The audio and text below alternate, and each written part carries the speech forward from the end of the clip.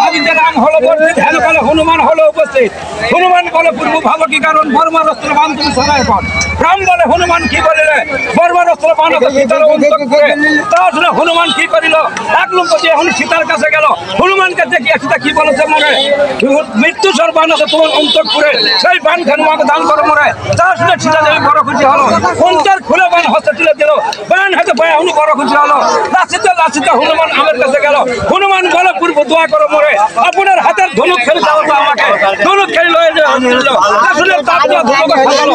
রাম রাম রাম নিল, সীতা দেবী রাম রাম ধনুক নিল। যখন হনুমান ধনুক ধনুক